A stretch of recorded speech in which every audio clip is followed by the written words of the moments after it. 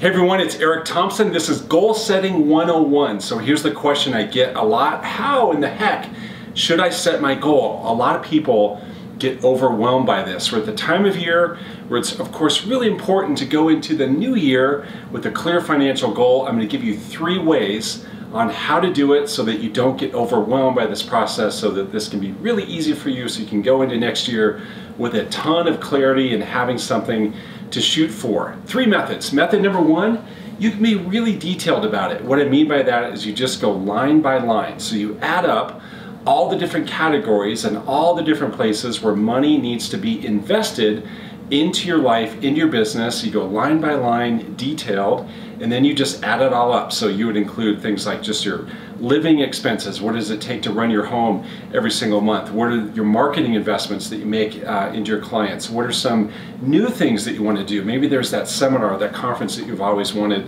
to attend. Maybe it's the year for the big purchase. You're going to buy a new car or a new RV, a new trailer, something like that. You need to pay taxes.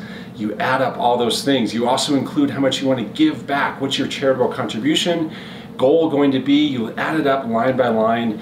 You can be very detailed about that. By the way, if you want this worksheet that will help you do that, I'm happy to send it to you. So for a lot of people that works, for a lot of people that does not work, for a lot of people that totally overwhelms them and they don't like to do it that way. There are other ways to do it. The second way to do it is make it relative to this year. So think about how you're finishing up 2019.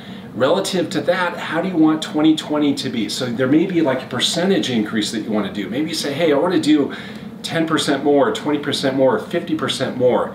Pick a percentage that you want to grow your business by. Maybe it's a dollar amount that you want to grow your business by. Maybe you say, hey, I want to do 20,000 more next year, 50,000 more, 100,000 more next year. So the second way to do it is make it relative to this year. You say, you know what, I'm pleased with this year. Maybe you're not pleased with this year. In any case, it doesn't matter. Make your goal for 2020 relative to what you did in 2019. The third method, this works for a lot of people. This can be very, very effective if done the right way, but the method is to pick a number. Just pick a number. Now, what I don't mean is that you just like pull a number out of the sky. I don't mean that at all. What I mean is you pick a number that's relevant, that's important, that makes a whole lot of sense for you. Maybe there's someone that you really look up to in this business, someone who you aspire to be, and you know the kind of income that they generate, so you're going to pick that as your goal. You know what, you've always wanted to achieve a certain number. Maybe you've just always had a certain number in your mind. It's a nice round number. It's 200,000 or 300,000 or 800,000, whatever it is.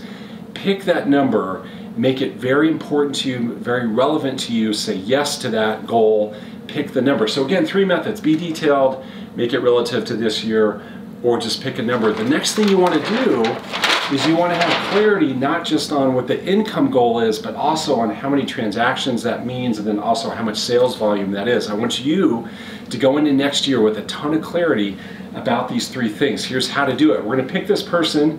For example, their goal is 200,000. So this is just as an example. This person has a goal for 2020 to earn $200,000 in gross commission income. The next thing we need to understand is how many transactions will that take? Well, in our market, it's pretty simple. There's a nice round number we can work with. It's $10,000. It tends to be about $10,000 per transaction. So you take the income goal divided by 10,000 for this person, that would be what? That would be 20. So when this person attracts 20 transactions into their business at $10,000 each, they create $200,000 of income. So that's the second piece of clarity. The third piece of clarity is sales volume. How much sales volume must they produce in order to achieve the income goal? All you do there is you take 20 transactions multiplied by the average transaction amount in our market is about 400,000, a nice round number. So do 20 times 400,000. There you would get 8 million. Of course, if you want, you can put your numbers. You may have a different number for you. You specifically have your own average price and your own average commission amount. You can do that, or you can use these round numbers. I hope that was helpful to you as it relates to setting up your goal for 2020. I wish you the best in 2020. Reach out to me again if you want to get this worksheet on how you can set up your financial goal in a detailed way. I'll see you soon.